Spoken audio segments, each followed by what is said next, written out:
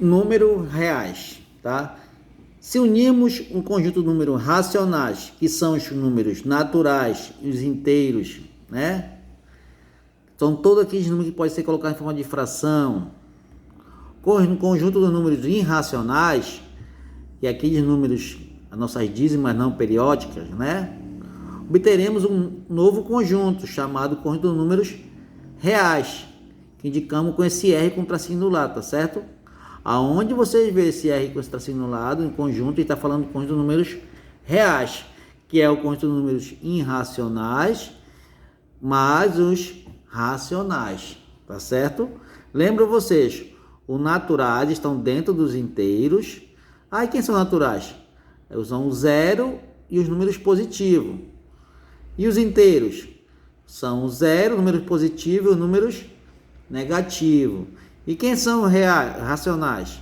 São todos aqueles que podem ser colocados em fração. Nesse caso, os números naturais podem, os números racionais, inteiros, tá certo? E todos aqueles podem ser colocados em forma de fração. As frações, as dízimas periódicas, tá certo? Que nós vimos, tá? Todos eles podem ser colocados em forma de fração. Então, eles são números racionais. E quem são os números irracionais? São aqueles que não podem ser colocados em forma de fração. Tá certo? Olha só. Tá? Em uma reta real, nós podemos ver todos esses números aí. Os números racionais, os irracionais, os naturais, os inteiros, todos eles, né? Nós vamos saber aonde fica esse número. Por exemplo, nós temos aqui, né, um quadrado. Observe que é possível traçar um segmento com as medidas raiz quadrada de 2, tá certo? Cada lado desse quadrado é raiz quadrada de 2. Mesmo que raiz quadrada de 2 tenha infinitas casas decimais, não periódica, então logo raiz quadrada de 2 é um número, tá? É um número irracional, tá certo? Então, para representar na reta numérica esse raiz quadrada de 2, eu posso pegar esse valor, né, e calcular lá na reta numérica. Se você for ver, o raiz quadrada de 2 está entre o 1 e o 2, e está mais próximo do 1, tá?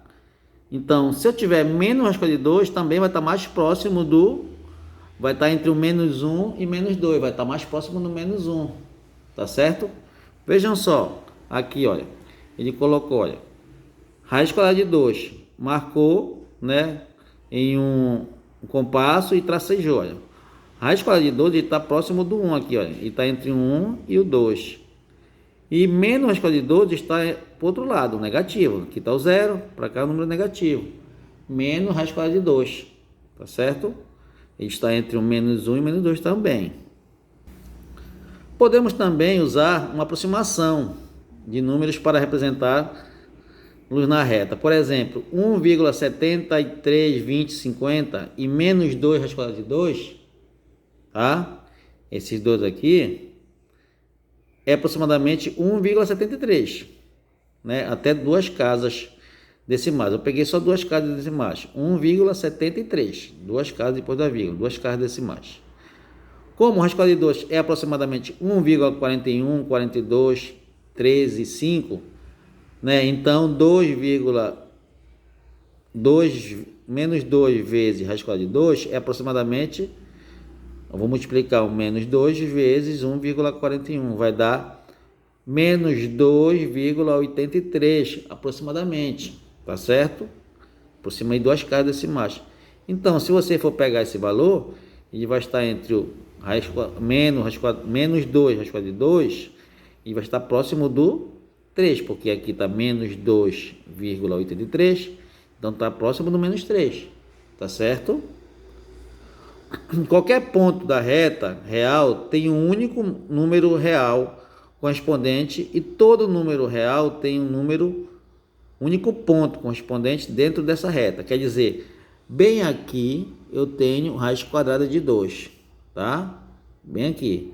Aqui nesse ponto, só tá aqui nesse ponto se for o valor da raiz quadrada de 2. Se for no lado um pouquinho, já é outro número, tá certo? Na reta real.